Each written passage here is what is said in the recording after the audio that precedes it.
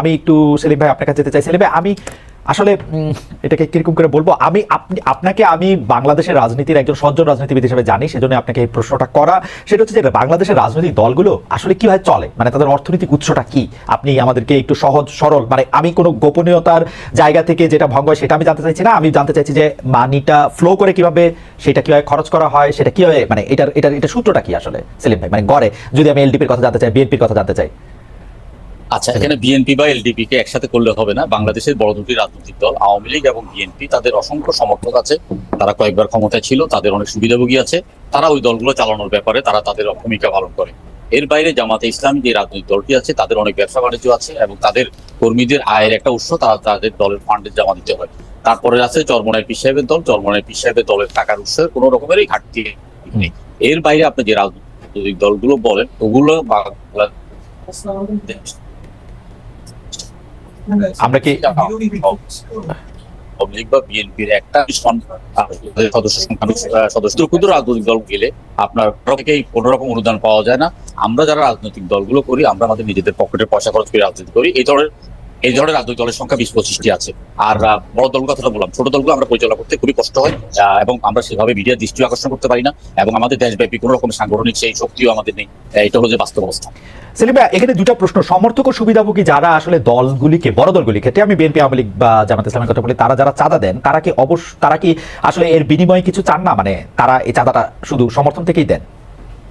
দুটো ব্যাপার আছে এখানে। বড় দলগুলো করলে তার বিভিন্ন রকমের তার অ্যাডভান্টেজ আছে। যেমন বড় দল যদি করে, তার একটা থানা কমিটির সভাপতির একটা সামাজিক মর্যাদা বৃদ্ধি পায়, তার একটা রাজনৈতিক মর্যাদা বৃদ্ধি পায়, জনগণের সালাম পাওয়া যায়, তারপর একটা ভাবসাব থাকে। এর থেকেও তারা এই দলের পিছনে খরচ করে। ধরেন আজকে পল্টন ময়দানে একটা জনসভা, মিরপুর থেকে যে আপনার থানা কমিটির সভাপতি অথবা সেক্রেটারি, তারা কিন্তু নিজ খরচেই কর্মীদেরকে নিয়ে যায় এই কারণে যে তাদের উপর একটা দায়িত্ব আছে এবং তারা ওই দায়িত্বটা পালন করছে।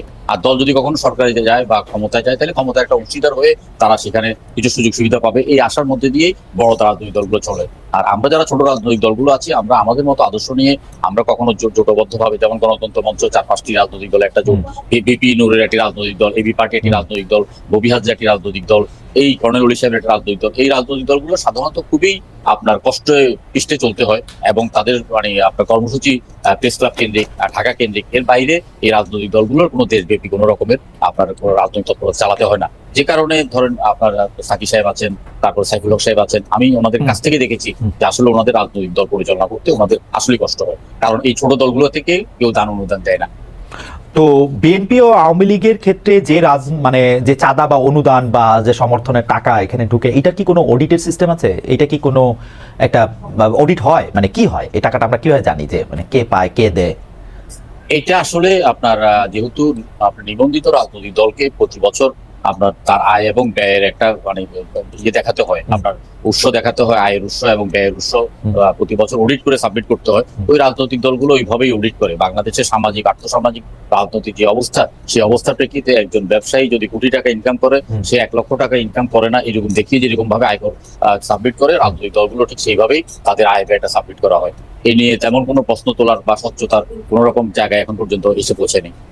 ওকে, আপনাকে ধন্যবাদ। আমি শুধু এই পর্যায়ে শেষ প্রশ্ন করতে চাই, রাজনৈতিক দল করা কি একটি লাভজনক ব্যাপার বা একটি লাভজনক ব্যবসা? মানে আমি বলতেছি হচ্ছে যে লাভজনক ব্যবসায় একটা রাজনৈতিক দল করাটাকে নেওয়া যাইতে পারে কিনা, কারণ আমরা দেখতেছি যে নতুন রাজনৈতিক দলগুলো নিবন্ধন নেওয়ার জন্য যারা হাজির হচ্ছে, তাদের মধ্যে এরকম অনেক রাজনৈতিক দল দেখতেছি যে তাদের কথা আমরা আগে কখনো শুনি নাই, কিন্তু খুবই আগ্রহ নিয়ে তারা একটা রাজনৈতিক দলের একটা নিবন্ধন করতে যাচ্ছে, তারা নিবন্ধন করতেছে বা নিবন্ধন চাচ্ছে, একটা মার্কা চাইতেছে। এইটা কি একটা মানে ভালো ব্যবসা? মানে আসলে এখন যেভাবে ব্যাঙের ছাতার মতো প্রতিদিন রাজনৈতিক দলগুলো জন্ম নিচ্ছে, এতে করে একজন রাজনৈতিক কর্মী হিসাবে নিজকে খুব হীন এবং দীন মনে হচ্ছে।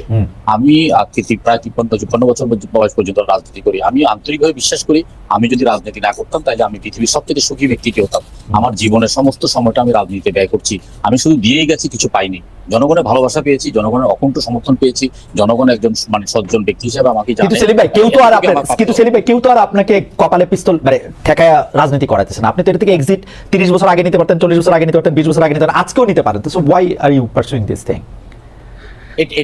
এটাই ব্যর্থতা, এটাই পাচ্ছি না। এটা করার জন্য অনেক রকমের কখনো মানে সাধু সন্ন্যাসীর কাছে গিয়েছি, কখনো নিজে মেডিটেশন নিয়েছি, কিন্তু আসলে এই যে ভুটটা কাঁচের মধ্যে চেপে পড়ছে এক ক্লাস 9-10 থাকা অবস্থায়, সেখান থেকে আসলে বেরিয়ে আসতে পারছি।